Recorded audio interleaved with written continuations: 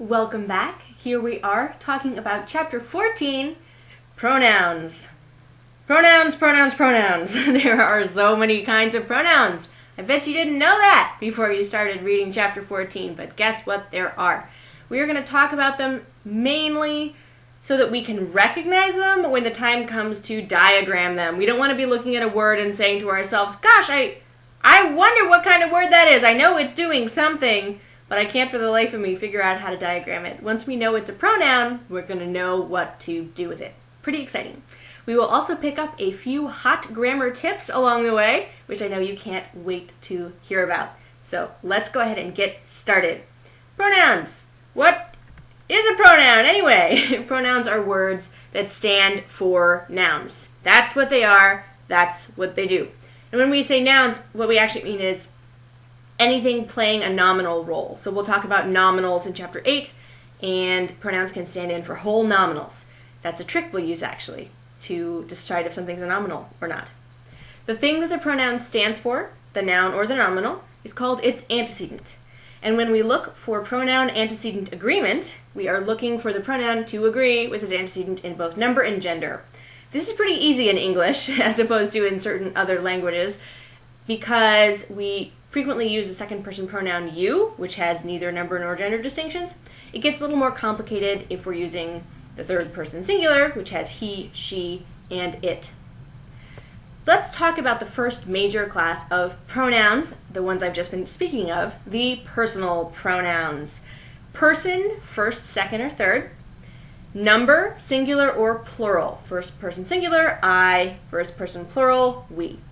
When we say first person, we mean the person speaking. Second person singular, you.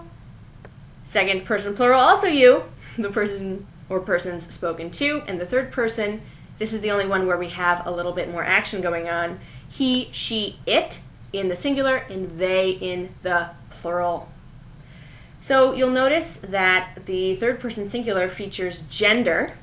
We are also going to learn about cases, which will tell us which version of the pronoun to use. The subjective case is the one we're looking at right now, and it's the one we use when the pronoun serves as the subject or as the subject complement. These are the subjective case of the personal pronouns. But wait, there's more.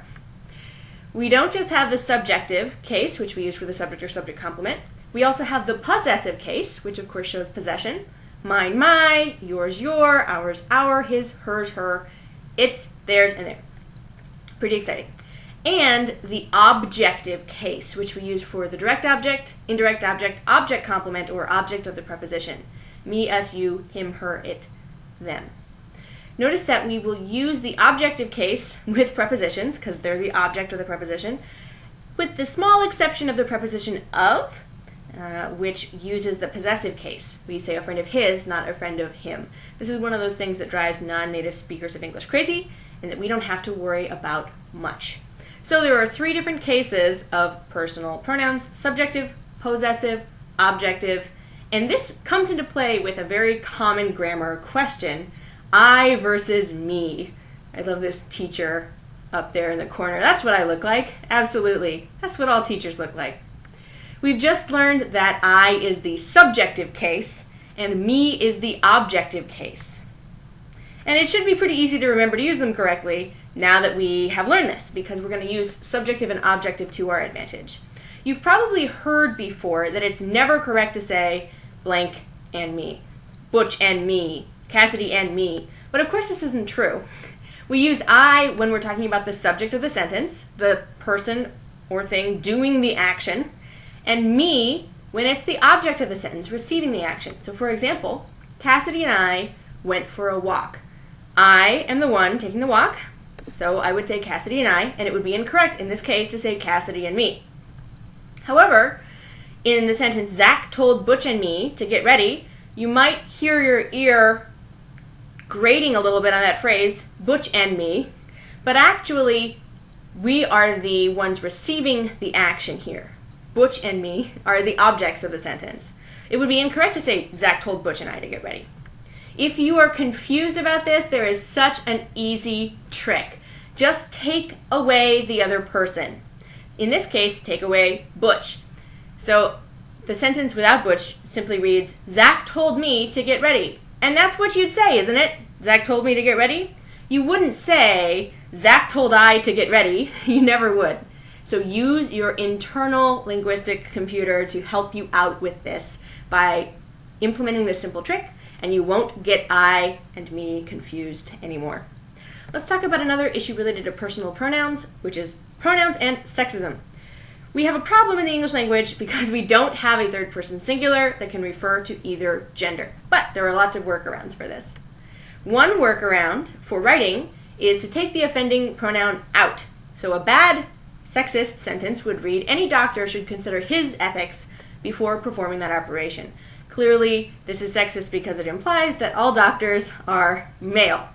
We can fix the problem, turning it into a yay sentence, fairly easily by just saying any doctor should consider ethics before performing that operation. Notice we just took out the pronoun and the problem vanished. In speech, we use the singular they. This is descriptivism at its most descriptive, you guys. It's not correct grammatically to use they as a singular pronoun. But we do this all the time in speech because we're trying to solve this problem of pronouns and sexism. We're searching for a third person singular pronoun that's gender neutral, the way the third person plural pronoun is. So it would be correct to say, the student might not like having his or her work discussed publicly. This is correct, and this is what I would do in writing. But it's awkward in speech. It's incorrect, technically, but common to say the student might not like having their work discussed publicly. I will admit, personally, I am guilty of using the singular they frequently. It just depends how you want to think of yourself. Do you want to think of yourself as a prescriptivist, in which case avoid the singular they, or a descriptivist, in which case go ahead, go nuts with the singular they. We will talk a lot more about these strategies in Chapter 15. These are but a few of many strategies for pronouns and sexism. Let's talk about who versus whom. This is another thing you might have had trouble with. We have two different relative pronouns, who and whom. We're going to talk about relative pronouns a bit later, but these are some of them. Because one is the subjective case, who, which is what we use for the subject and subject complement slots, and one is the objective case for the direct object, indirect object, object complement, and object of the preposition slots. Okay. So, in other words, the difference between who and whom is exactly the same as the difference between I and me. Or, I think more helpfully, he and him. This is just another great trick to make sure you're using these pronouns correctly. If you would use the subjective third person singular, or in other words, if you'd use the word he, you want to use the pronoun who. Who called you? He called you. But if you'd use the objective, third person singular, aka him, you want to use whom. Whom did you call? I called him. The fast and easy way to remember this, in my opinion, is to think about that when you'd use the word him, which ends in the letter M, you'd also use the word whom, which conveniently ends in the letter M also. Now, the authors of our book feel that whom sounds stilted in all speech, regardless of its correctness. And they say, take out whom all the time in speech and just use it in writing. Personally, I am uber prescriptivist, and I can't quite get on board with this, but it, again, is your decision. Prescriptivist, use whom when it's correct. Descriptivist, apparently, just throw it out the window. Let's talk about another kind of pronoun now, the reflexive pronoun.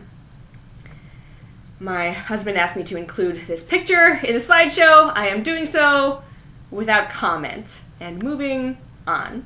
When we talk about reflexive pronouns, we're talking about the pronouns where we add self or selves. So, myself, ourselves, yourself, yourselves. We use this pronoun as the direct object, indirect object, and object of the preposition when the antecedent is in the same clause. That's really all there is to it.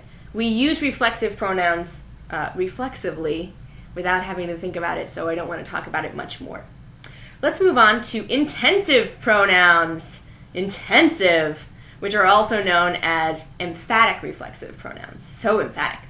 So in this version, you're using a reflexive pronoun to add extra emphasis. It's functioning as the appositive.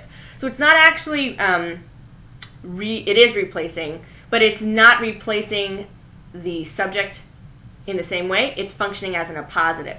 So appositive means the subject gets renamed. We'll talk much more about this, but in the sentence, Aaron Rodgers, the quarterback of the Green Bay Packers, played football at Cal. The subject is Aaron Rodgers. The appositive, renaming the subject, is the quarterback of the Green Bay Packers. Emphatic reflexive pronouns or intensive pronouns work the same way. So here are 3 examples focusing on Brad Pitt. I myself appreciate Brad Pitt. Notice myself is just renaming I. And this is a very movable pronoun. I appreciate Brad Pitt myself.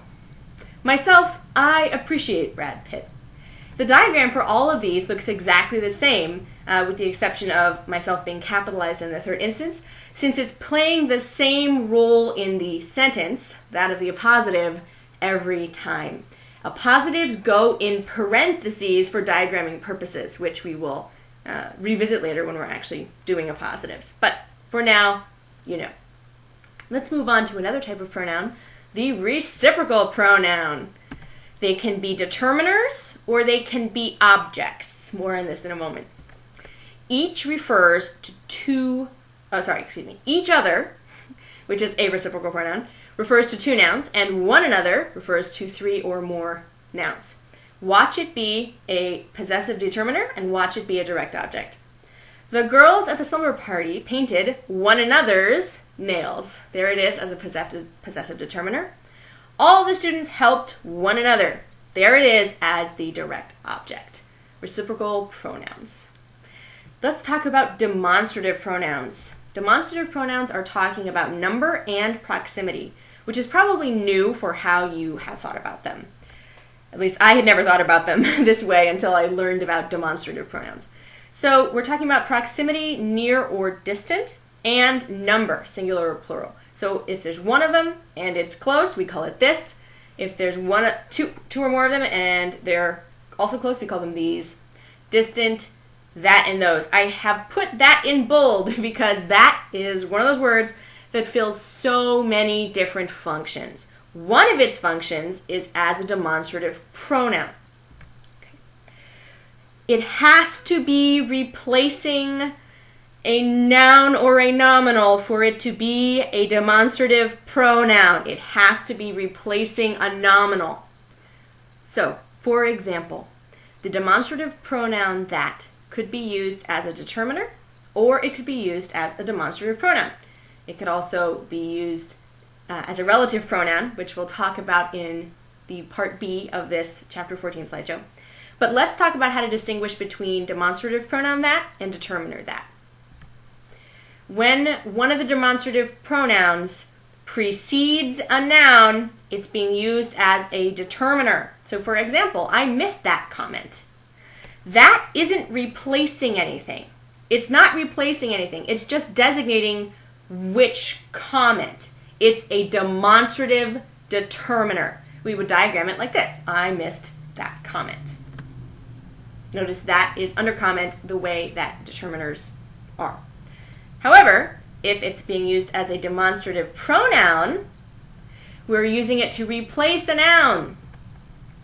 So if I used the sentence, I missed that, then I'm using it as a demonstrative pronoun. It's replacing, in this case, the object. It would be diagrammed like this. I missed that. Okay, we went through some of those pronouns very quickly. Don't be afraid to use this slideshow as review. Butch says keep up the great work, and we will see you soon. Bye!